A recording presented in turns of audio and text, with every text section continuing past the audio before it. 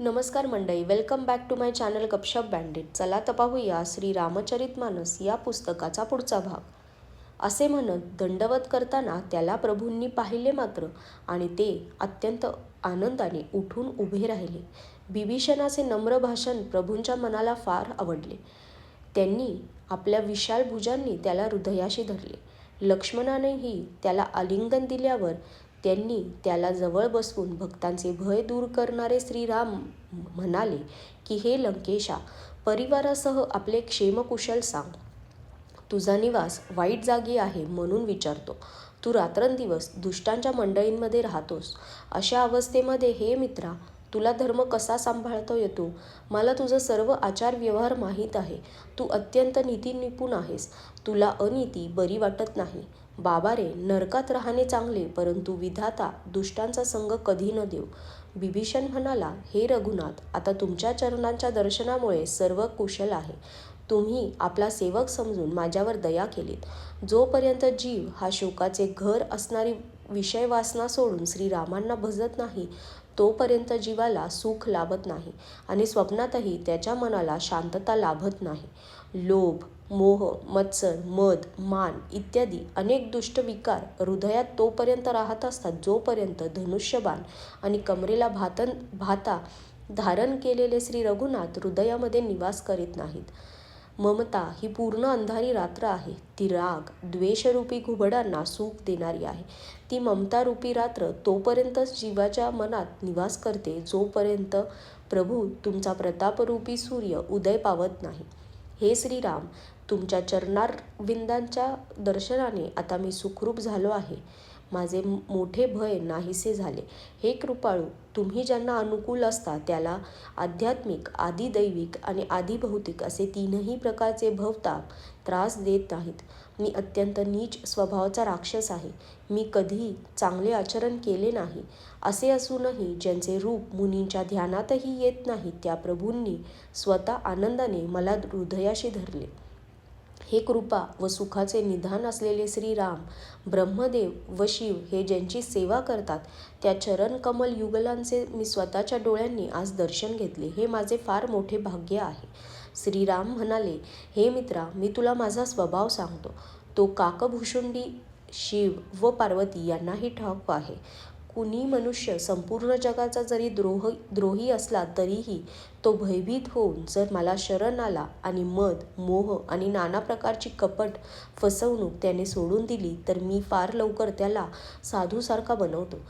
माता, पिता, भाऊ, पुत्र, स्त्री, शरीर, धन, घर, मित्र आणि परिवार, जोपर्यंत या सर्वांच्या ममत्वरूपी धाग्यांना गुंडाळून त्या सर्वांची एक दोरी वळतो आणि त्या दोरीने आपले मन माझ्या चरणी बांधतो, तो जो समदर्शी आहे, ज्याला कशाची इच्छा नाही आणि ज्याच्या मनात हर्ष, शोक व भय नाही, असा सज्जन लोभी माणसाच्या मनात जसे धन वसलेले असते, तसा माझ्या मनात वसलेला असतो. तुझ्यासारखे संतच मला प्रिय असतात. मी इतर कोणत्याही कारणाने देह धारण करीत नाही.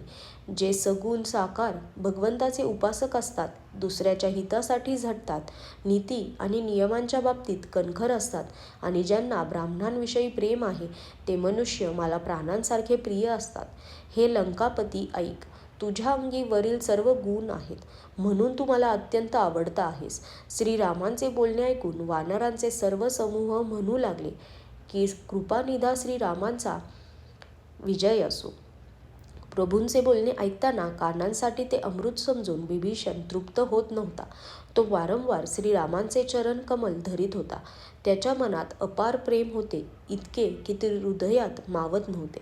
बिभीषण म्हणाला, हे देवा, हे चराचराचे स्वामी, हे शरणागताचे रक्षक, हे सर्वांच्या हृदयामधील जाणणारे, माझ्या मनात पूर्वी काही विषय वासना होती, परंतु प्रभूंच्या चरणांच्या प्रीतिरूपी नदीमध्ये ती वाहून गेली. आता तर हे कृपाळू, शिवांच्या मनाला सदैव प्रिय वाटणारी आपली पवित्र भक्ती मला द्या. तथास्तु म्हणून रणधीर प्रभू श्रीरामांनी त्वरित समुद्रजल मागवले आणि म्हटले, हे सखा, जरी तुझी इच्छा नसली तरी जगामध्ये माझे दर्शन अमोघ आहे, ते निष्फळ होत नाही. असे म्हणून श्रीरामांनी त्याला राजतिलक केला. आकाशातून पुष्पांची अपार वृष्टी झाली. रावणाचा क्रोधरूपी अग्नी बिभीषणाच्या वचनांच्या वाऱ्याने भडकला होता.